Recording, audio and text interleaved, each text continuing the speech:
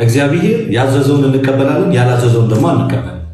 ለምሳሌ በዚህ በዘጸአት እግዚአብሔር አምላክ ለእስራኤላውያን ወይም በሙሴ በኩል ከሰጣቸው ጥቅሶቹ እያንዳንዱን አውጥቼ ያነባሉና ከሰጣቸው ሕግ ውስጥ መሰረት ለምሳሌ በሰማይም በምድርም ምንም አይነት ነገር ቀርጸው ሌላ ነገር እንዳያመልኩ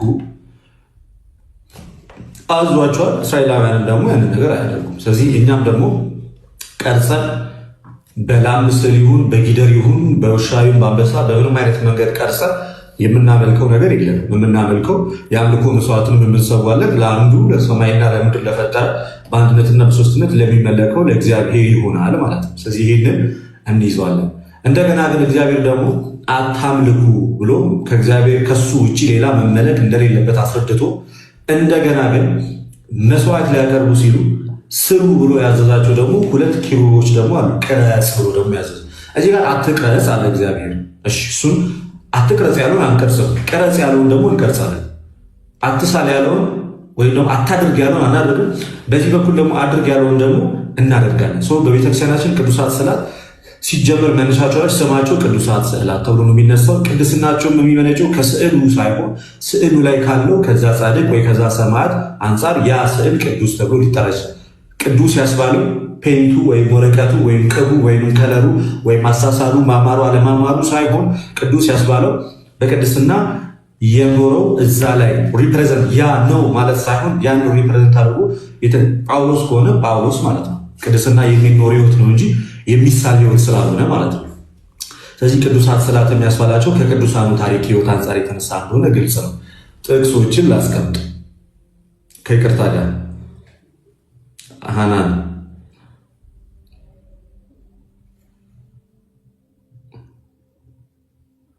አንዴ ዘጸአት ስንት ነበረ ዮባ?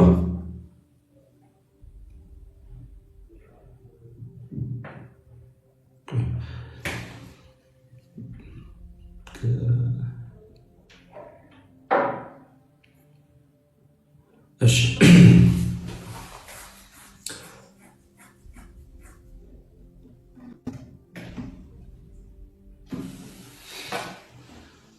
ዘጸአት 25:17 ቴንኪው።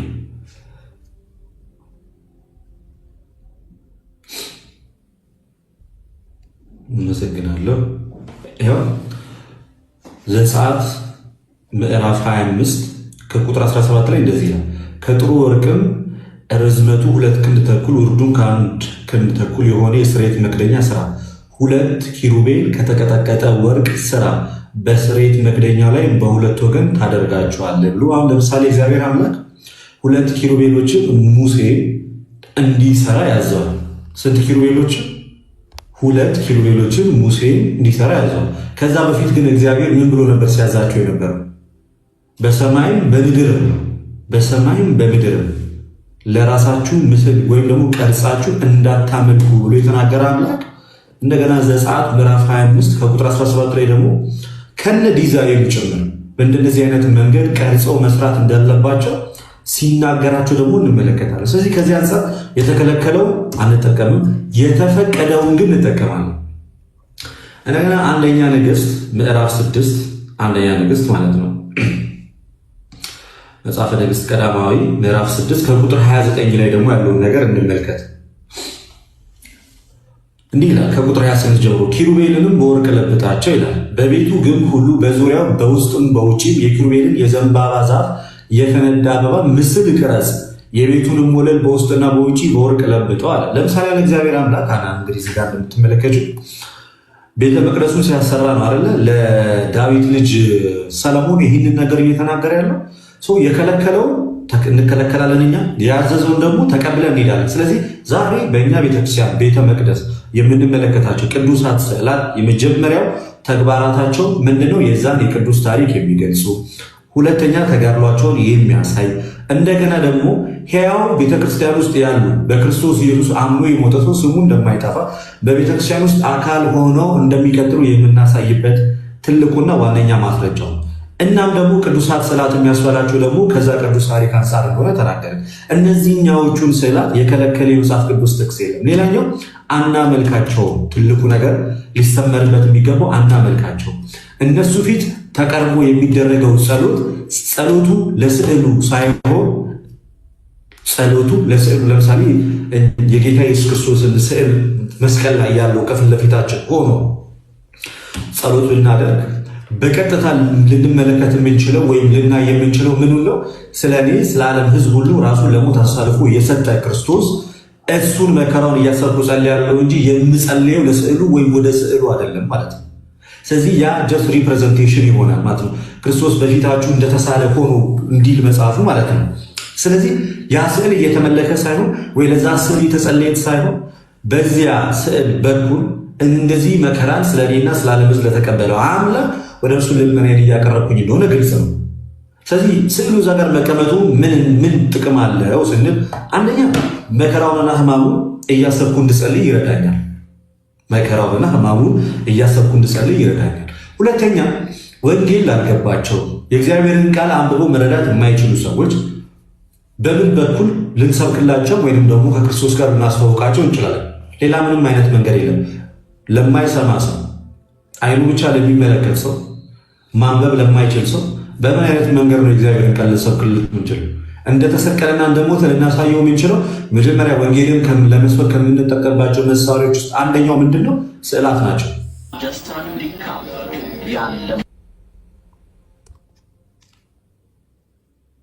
ሰው አንድ ቦታ ክፍት ይሁን፣ እሺ ይቅርታ ሞዴሬተር እኔው ራሴ ያስገባል።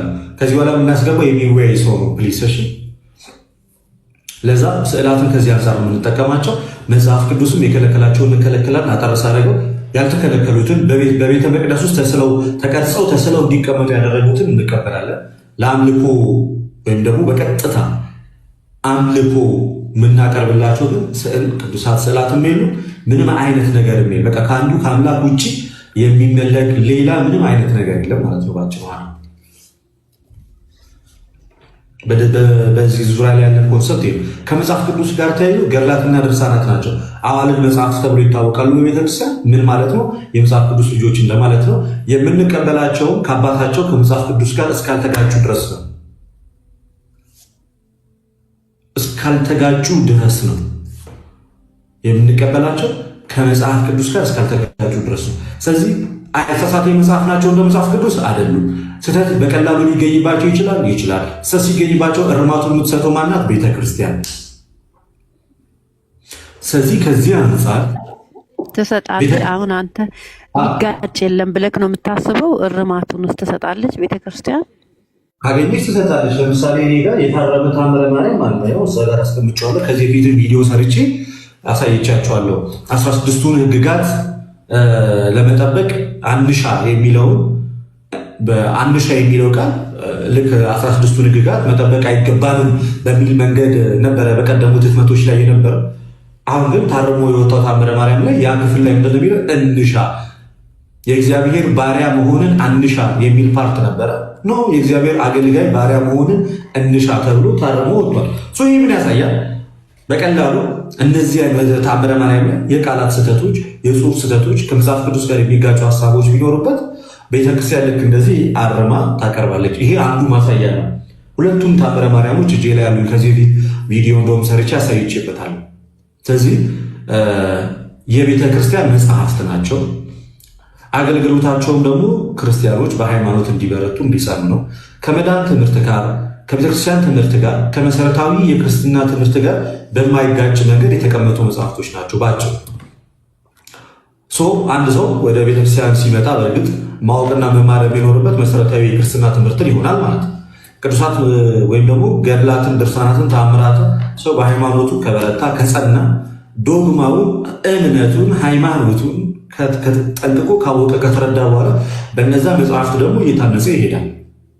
ስለዚህ እንደ መጽሐፍ ቅዱስ የሆኑ መጽሐፍት ሳይሆኑ ከመጽሐፍ ቅዱስ ጋር የማይጋጩ መጽሐፍት ናቸው። ልክ እንደ መጽሐፍ ቅዱስ አይሳሳቴ ወይም ኢንፋለብል የሆኑ መጽሐፍት አይደሉም። ስህተት ሊገኝባቸው የሚችሉ ፋለብል የሆኑ መጽሐፍቶች ናቸው። እናም ደግሞ በቤተክርስቲያን ውስጥ ያሉ የቅዱሳንን ታሪክ ሕይወት የሚዘግቡ የሚያሳዩ ናቸው። የሃይማኖትን መከራከሪያም አይደሉም።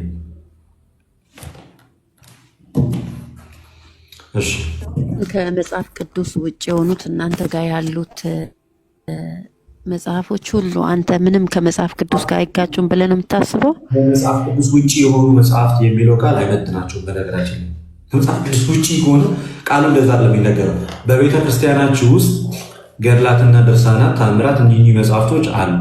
እኚህ መጽሐፍቶች ከመጽሐፍ ቅዱስ ጋር ይጋጫሉ ውስጥ ይኸውልህ፣ ጽሁፉ ላይማ የመጽሐፍ ቅዱስ እንትና እኔ ልገልጽልህ የፈለግኩት ያው መጽሐፍ ቅዱሱ ለብቻ እነሱ ለብቻ አይደሉ እንዴ? ተመለሰልሽ ግን ጥያቄው የቅዱሳት ስዕላቱ ጥያቄ እየሰማሁህ ነው። እኔ ጥያቄን ጠይቄሃለሁ። እየሰማሽኝ ነው። እሱማ ስዕላት ላይ አንስተሽ የነበረው ጥያቄ ግን ተመለሰልሽ ወይ? አዎ እሱ ነው ሰምቻለሁ ግን የምጠይቀው ጥያቄ አለኝ።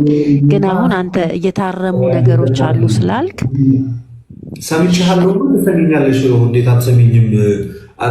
ገስት እኔ ጋር እስከገባሽ ድረስማ ታዳምጪኛለሽ። ይሄ አባባል ተመለሰልሽ ወይ? እስከ የተወሰነ ሴንስ ሰጠሽ ወይ? አሃ ከዚህ ፊት ወይም በዛ ዙሪያ ላይ ስለኛ የነበረሽ እምነትና አመለካከት አዎ እኔ የምረዳበት አሁን ከአንተ ከተናገርከው የተረዳሁት ነገር አለኝ በትንሹ። ምክንያቱም እኔ እነሱን ነገር ነው የሚለምኑ የሚመስለኝ ማለት ነው። ስዕሎቹ ላይ ስለማያቸው በእነሱ ወደ እግዚአብሔር ሰው እነሱ ነገር ላይ ነው ምስሎቹ ላይ ነው የሚለምኑ የሚመስለኝ። ብዙ ነገር ሳይ አልጠይቅም። ለምን ሰው በገባው መንገድ ነው የሚሄደው። ተጭኛ አልጠይቅም። ያን ነገር የተወሰነ መልስ አግኝቻለሁ። ደግሞ ሞር ጠይቃለሁ ሌላ ጊዜ ማለት ነው። አሁን ግን ቅድም እንዲህ ታምረ ማርያም ላይ ታረሙ ምናምን ስላልከው መቼ ነው የታረሙ? በቅርብ ነው ወይስ በፊት ነው ወይስ መቼ? በቅርብ ነው። በቅርብ በዚህ ዓመት የታረመ ነገር አለ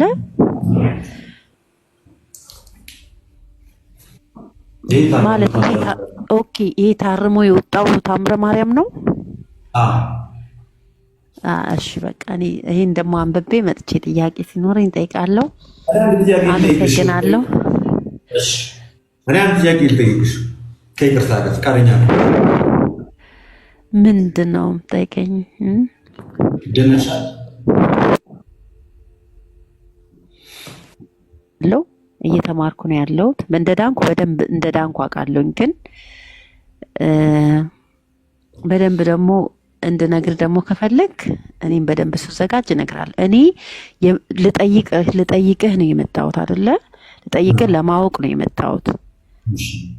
ከዛ በኋላ ከእውቀቴ በኋላ ትጠይቀኛለህ። ድነሻል ላልከው ግን በጣም ጥግ ድረስ ድኛለሁ። ያን ነው የማውቀው። ጥግ ድረስ ድኛለሁ ስላልሽ እስኪ ጥግ ድረስ መዳንሽን እዚህ ውስጥ ላሉት ለ1100 ሰዎች በጥያቄና መልስ መንገድ ማስረዳት እንችላለን ወይ? ዳን አንተም ታውቀዋለህ። ግን ቆይ አይደለም እሱ እኔ አሁን ጥያቄ ልጠይቅ ነው። እኔ የገባሁት ጥያቄ ልጠይቅ ነው። እናንተ በጣም ጎበዝ። እኔ ተማሪ ነኝ፣ እናንተ አስተማሪዎች ናቸው አይደለም? በዚህ ነው እኔ የምጠይቅ አንድ የምነግራችሁ ነገር ግን ምንም አይነት ዓላማ ይዤ የመጣው አይደለሁም። ሁሉም ወዳጆቼ ናቸው። ማወቅ ስለፈለግኩ ነው የመጣሁት። ከዛ በተረፈ ግን በአንድ ጥያቄ የምለቅህ አይደለሁም። እኔ ፈቃደኛ ኮን በምትገባ ቁጥር ምጠይቅህን እያዘጋጀሁ ይዤ እመጣለሁ። ስለኔ መዳን ጉዳይ በእርግጠኝነት ድኛለሁ። አምኜ ድኛለሁ። አለቀ። ሌላ ምንም አይነት ነገር የለም ከኔ እዛ ላይ ትንሽ በእርግጠኝነት ከዳንሽ እኔ ደግሞ ሀናን እህቴ መዳን አለብሽ፣ ከጨለማ ወደ ብርሃን መምጣት አለብሽ ብዬ አምናለሁ። ይሄ እምነቴ እኔ ማለት እኔ ከጨለማ ወደ ብርሃን መጣው በሚገባ እውነት ነው። ጌታ ኢየሱስን ማግኘት አለብሽ፣ የክርስቶስ ቤተክርስቲያን አካል መሆን አለብሽ ብዬ እኔ ደግሞ ወንጌልን አንቺ ለመስበክ ነው። በዛው አረጋግጬ ወንጌልን ስበከኝ፣ እስኪ ስበከኝ ወንጌልን። አቶ አሁን ድኛለሁ ስላልሽው ነገር እንዳልዳንሽ ላሳይሻል። ከይቅርታ ጋር ከፈቀድሽልኝ እንዳልዳንኩኝ ልወቅ፣ ችግር የለም ስበከኝ። በጣም ጥሩ። ግን አንቺ እንዳልዳንሽ ለማወቅ አንቺ ድኝበታለሁ ብለሽ የምታምኝበትን ትምህርት ልታገኝ ይገባል። በመጀመሪያ ደረጃ አይመስልሽም? አንተ እኔን ወደ አንተ ወደ ትክክለኛው ነው አይደለም ያልከው እንድመጣ እስኪ ስበከኝ። እሺ በጣም ጥሩ። እንግዲህ መጽሐፍ ቅዱስ ላይ መዳን በእምነት ብቻ ነው ብሎ እንዳላስተማረ መጽሐፍ ቅዱሱ በራሱ በተደጋጋሚ የተናገራቸው እውነቶች ናቸው። እና ሰዎች እንዴት ይድናሉ የሚለውን ሐሳብ መጽሐፍ ቅዱስ ሲያስቀምጥ ሰዎች ያምናሉ፣ አምነው ይጠመቃሉ። ከዛም ደግሞ የጌታ የኢየሱስ ክርስቶስን ቅዱስ ሥጋውና ክቡር ደሙን ይቀበላሉ። ከዚህ ውጪ መዳን የለም። ከሚስጥራት ውጪ ከቅዱስ ቁርባን እንዲሁም ከቅዱስ ጥምቀት ውጪ የመዳን ምንም አይነት አማራጭም ሆነ መንገድ መጽሐፍ ቅዱስ አላስቀመጠም። እናም በመንፈስ ቅዱስ ይታተማሉ።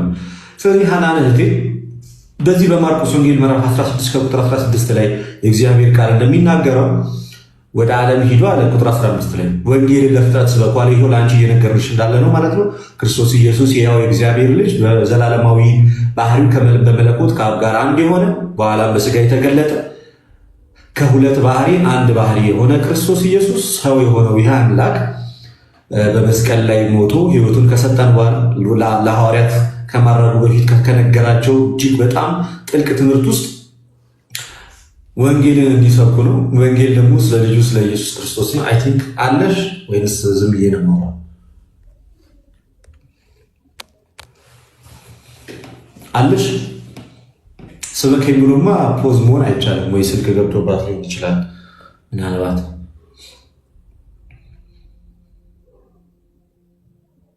አለሽ እየተማር ከእዩባ ጋር እየተደዋወላችሁ ሁለታችሁም ፖዝ ሆነ በተመሳሳይ ሰዓት ይቅርታ አንዴ ስልክ ገባብኝ፣ ከስተመር መጣብኝ። ለዛ ነው አንዴ ሶሪ፣ በጣም ይቅርታ። የዩም ያንቺ በኩል ሰዓት ፖዝ ሆነ እየተነጋገራችሁ ነው። አግዛት ማለት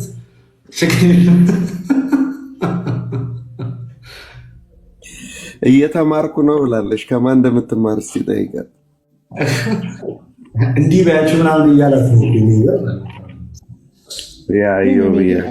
ቆይ እየተማርኩ ነው ብላለች። ከማን እንደምትማር ጠይቋት ነበር እና አንቱ ነው ብዬ አይደለም ማውራው።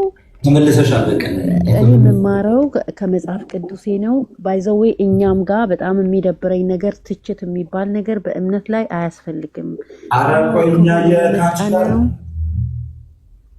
ቆይ አንድ ጊዜ ይቅርታ አድርጊልኝና እባክሽ አሁን ወደ ሀሳባችን እንመለስ። ይቅርታ በጣም እኛ እየተቀላለድን ያለ ነው እና ወጣች።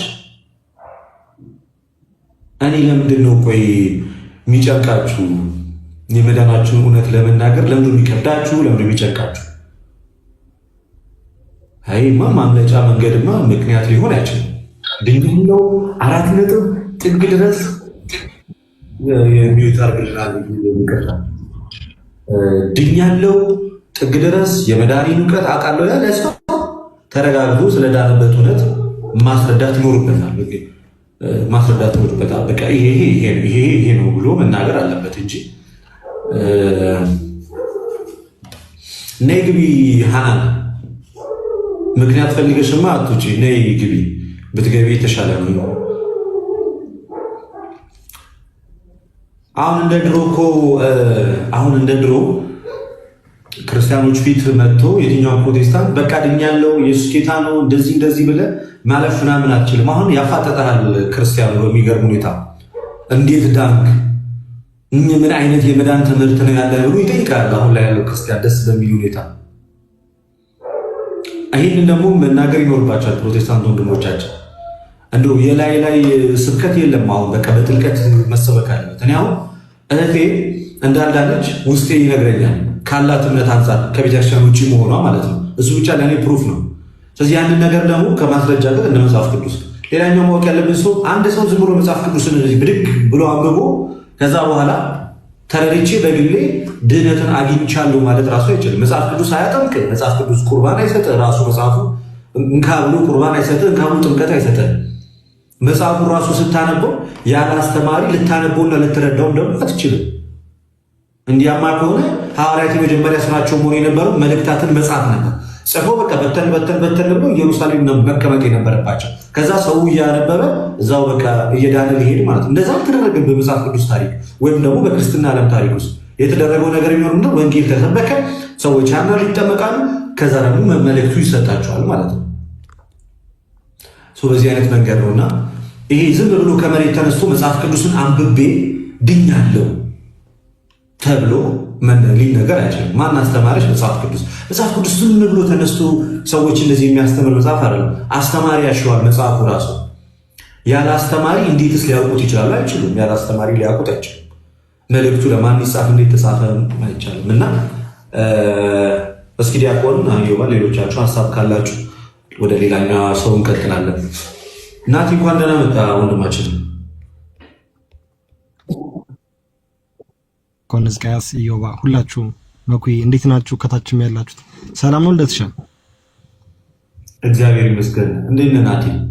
አለው ለለተሻ እድል ከሰጣኝ ጥያቄ አንድ ልጠይቅ። ጠይቅ ትችላለህ። ኦኬ ለተሻ እንትን መጽሐፍ ቅዱስ አሁን መጽሐፍ ቅዱስ የተጻፉት ነገሮች መጽሐፍ ቅዱስ ትክክለኛ መሆኑ ምንድነው ማስረጃችን?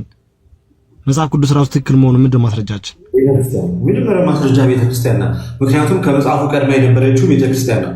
ቤተክርስቲያን ደግሞ እውነተኝነቷን የሚያረጋግጠው ደግሞ መንፈስ ቅዱስ በመንፈስ ቅዱስ የምትመራ መንፈስ ቅዱስ ያላት ቤተክርስቲያን ስለሆነ መጽሐፉ ትክክል አይሆን የሚለውን የምታስረዳለን ቤተክርስቲያንና ቅዱስ ትውፊት ነው።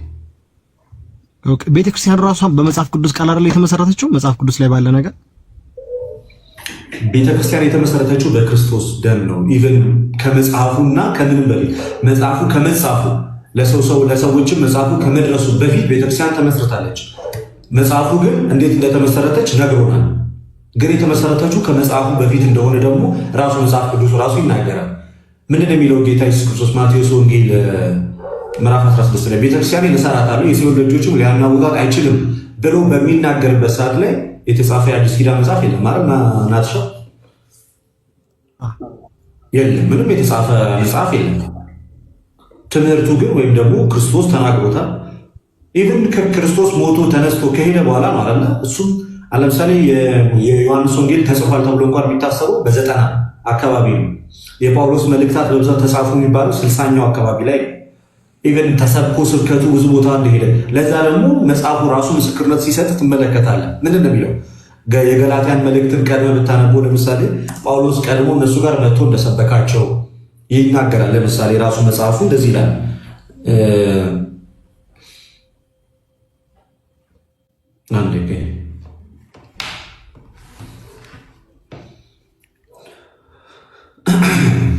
ገላትያን አምስት አነበው ለምሳሌ በኢየሱስ ክርስቶስ ከሙታን ባስነሳው በእግዚአብሔር አብ ሐዋርያ የሆነ እንጂ ከሰዎች ወይም በሰው ያልሆነ ጳውሎስ ከኔ ጋር ያሉት ወንድሞች ሁሉ ወደ ገላትያ አብያተ ክርስቲያናት ይላል።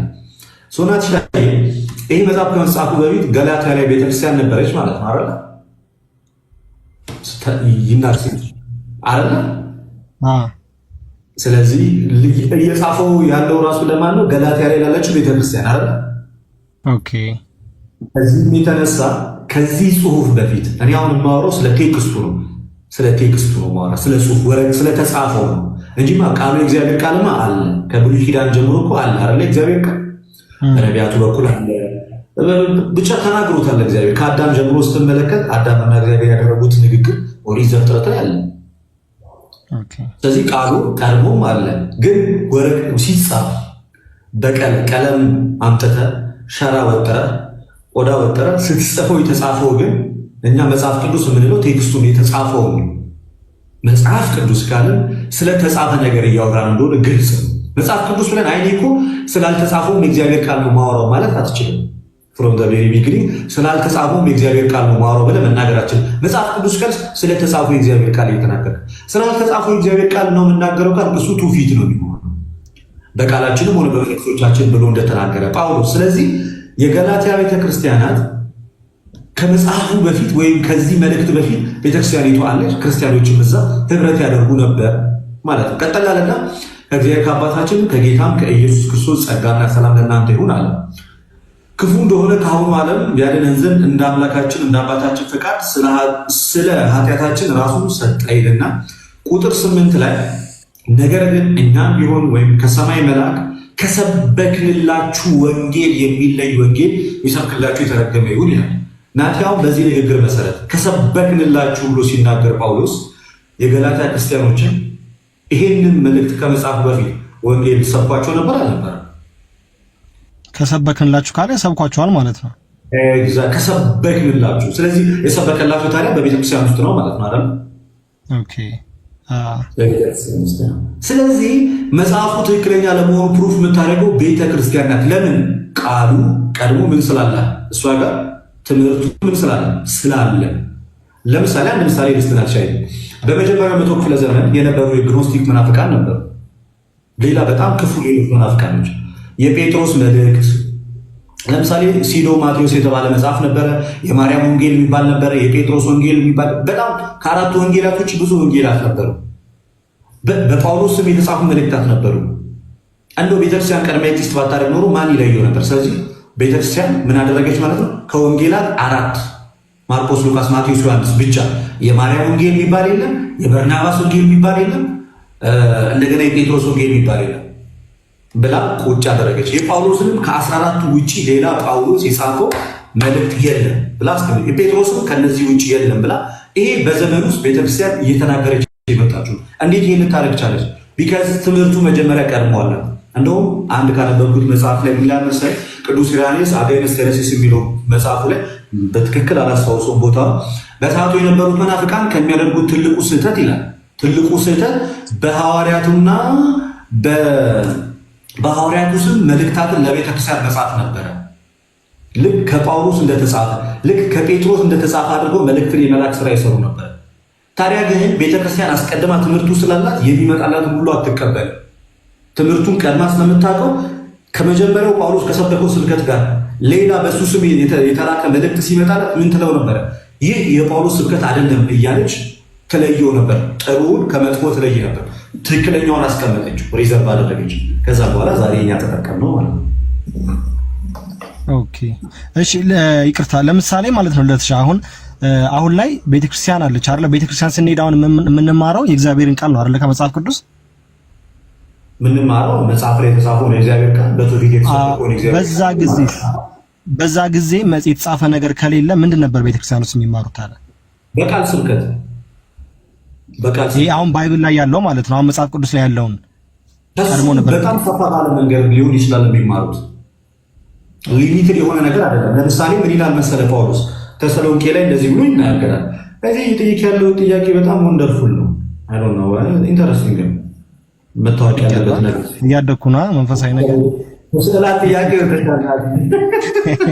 ከጥምቀትና ከመዳን ብቻ ወጥቻለሁ።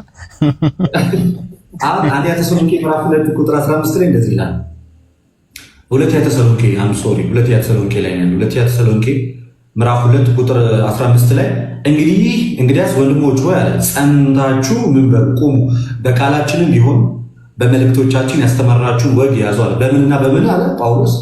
በቃልም እኩል ባለስልጣን ነው የቃሉ ስብከት። በነገራችን ላይ የሐዋርያቱ ከመጽሐፉ ጋር በቃላችንም በመልእክቶቻችንም የሰበክንላችሁን ወይም ያስተማርናችሁን ወግ ያዙ ብሎ ተናገረ። ስለዚህ በቃል የተሰበከው ትይዛለህ። ግን መጽሐፉን ስናየው አስቀድሞ በቃል የተሰበከው ስብከት በቤተክርስቲያን ውስጥ አለ። ስለዚህ በሰዓቱ ክርስቲያኖች አምልኮትን የሚፈጽሙትም ምንም የሚያደርጉት ሐዋርያት በሰዓቱ በሚሰብኳቸው በቃል ስብከት ነው። ከቃሉ ስብከት ባሻገር እንደ ተጨማሪ ደግሞ ምን ያደርጉላቸው? ጳውሎስ መልእክትን ይጽፍ ነበር። ለምሳሌ ናቲ ሐዋርያት ስንት ናቸው? 12 አይደል? ሐዋርያት ስንት ናቸው? 12 አይደል? 12 ኦኬ። ለሁሉም ተመሳሳይ ሚሽን የተሰጣቸው አይደል? ናቲ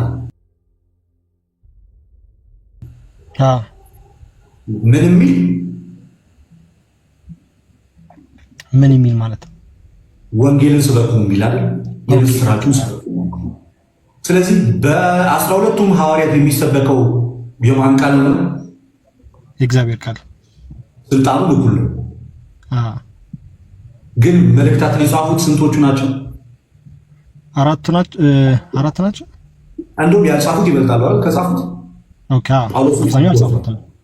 ስለዚህ ያልጻፉት የሐዋርያት ትምህርት እና ታዲያ ወረቀት ላይ ስላላረፈ በሰዓቱ ምንም አይጠቅምም ልንል አንችልም። ስለዚህ እነዛ መልእክታትን ያልጻፉት ሐዋርያቶች ክርስትናን አስፋፍተዋል። በጣም ዓለም ላይ አስፋፍተውታል ክርስትና። ግን የጻፉትንም ነገር የለም። ትምህርታቸው ግን በቤተክርስቲያን ውስጥ አለ። ለዚያም ደግሞ በዓለም ላይ የተበተኑት ክርስቲያኖች ምስክር ናቸው። ስለዚህ ለምሳሌ በታሪክ ውስጥ ቶማስ ህንድ አካባቢ እንደሰበከ ይታመናል። ይህን ነገር ታውቃለህ? ህንድ አካባቢ ህንድ ላይ ሲባል ሰምቻለሁ። ምንም የጻፈው መልእክት የለም። ህንድ ውስጥ ግን ክርስቲያኖች ሊኖሩ የቻሉት እሱ ከሰበከው ስብከት አንጻር ምንም ያስቀመጠላቸው ጽሑፍ የለም። በቃሉ ሰብኳቸው ግን ክርስቲያኖች ነበሩ በዛን ሰዓት እሱ በሚሰብክበት ሰዓት ላይ። ከዛ ደግሞ ጊዜው እንትን እያለ ሲመጣ አሁን መጽሐፍ ቅዱስ ካኖናይዝ ሲደረግ ደግሞ ቤተክርስቲያን ስለባለቻቸው በቤተክርስቲያን በኩል ደግሞ ካኖናይዝ የሆኑ ቡክ ደግሞ ደረሳቸው። ከዛ በፊት ግን ካኖናይዝ ከመደረጉ በፊት ቡኩ ወይም መጽሐፉ ግን ያ የቶማስ ስብከት ስለነበራቸው እዚች ጣዖት በስፋት ይመለክባታል ተብሎ የምትታመንበት ሀገር ላይ ክርስቲያኖች አሉ ዛሬም ድረስ። ከየትም የመጡ አይደሉም። ከጥንት ጀምሮ የተሰበከውን ትምህርት የያዙ ናቸው። ከዚህ አንጻር የመጽሐፍ ቅዱስን አይሳሳቴነት ወይም ደግሞ ኢንፋሊብልነት የምታረጋግጠው መጽሐፉን የሰጠችው ቤተክርስቲያን ናት ማለት ነው ራሷ። ኦኬ እሺ ልደትሻ፣ እሺ አመሰግናለሁ። እሺ ልደትሻ፣ እስኪ በሰፊው ደግሞ ሌላ ጊዜ ይጠይቃለሁ። ጥሩ ነው። ትንሽ ሴንስ ሰጠ። አዎ የበለጠ ደግሞ ያለበት ቦታ ስለማይመች ነው ብጽፈው ምናምን አሪፍ ነበረ። ሌላ ጊዜ ደግሞ እስኪ በመጽሐፍት ሁሉ የተጻፈው ይፈጸማል፣ በመጽሐፍት ሁሉ የተጻፈው ይፈጸማል ብዬ የነገርኳችሁ ቃሌ ይህ ነው ይላል። ስለዚህ መጽሐፍት ከመጻፋቸው በፊት ልደት እንዳለ የመጽሐፍ ቅዱስ ጥናት የሚባል ትምህርት አለ እና እሱም መጽሐፍቶች ፈልገህ ብታገኝ በጣም ብዙ ነገር ታተርፍበታል። የት ነው የሚገኙት? ያቆንስ መጽሐፍ ቤተክርስቲያን በሱ ነግራ ቤተክርስቲያን ሌላ ቦታ የለም። ቤተክርስቲያን አንድ ቤተክርስቲያን አይደል ያለችው? ልክ ነው። ኢትዮጵያ ላይ ያለችው ቤተክርስቲያን። እሺ ከልደትሽ ጋር ሲናወራና በዚህ አጋጣሚ ሰላም ብያቸዋለሁ። ልደት ዝም ብዬ ገባሁ። ሁላችሁም ሰላም ናቱ። ሜቢ አንድ ነገር ሼር አደርጋለሁ እና ለውስጥ ሰላም ላይ እንዳረሳ። እሺ ዲያቆን ወይ ቴሌግራም ላይ ኃይል በልክ። ቴሌግራም ላይ ሼር አደርግልሃለሁ። እሺ አመሰግናለሁ። እዛው ማዳ አደርጋለሁ ማለት በመሰረታዊነት ስለዚህም ነገር በደንብ ስለሚያብራራ አኪ ያስቀመጠው እንትንም ስላለ እዛ ላይ በደንብ በሰፊ ታገኛለና ፒዲኤፍ አለ፣ እሱንም ልክልሃለሁ። እሺ መኩዬ አመሰግናለሁ። እሺ ቴንክ ዩ ዲያቆን ሕዝቅያስ አመሰግናለሁ። ቴንክ ዩ መኩዬ። እሺ እናመሰግናለን ናቲ።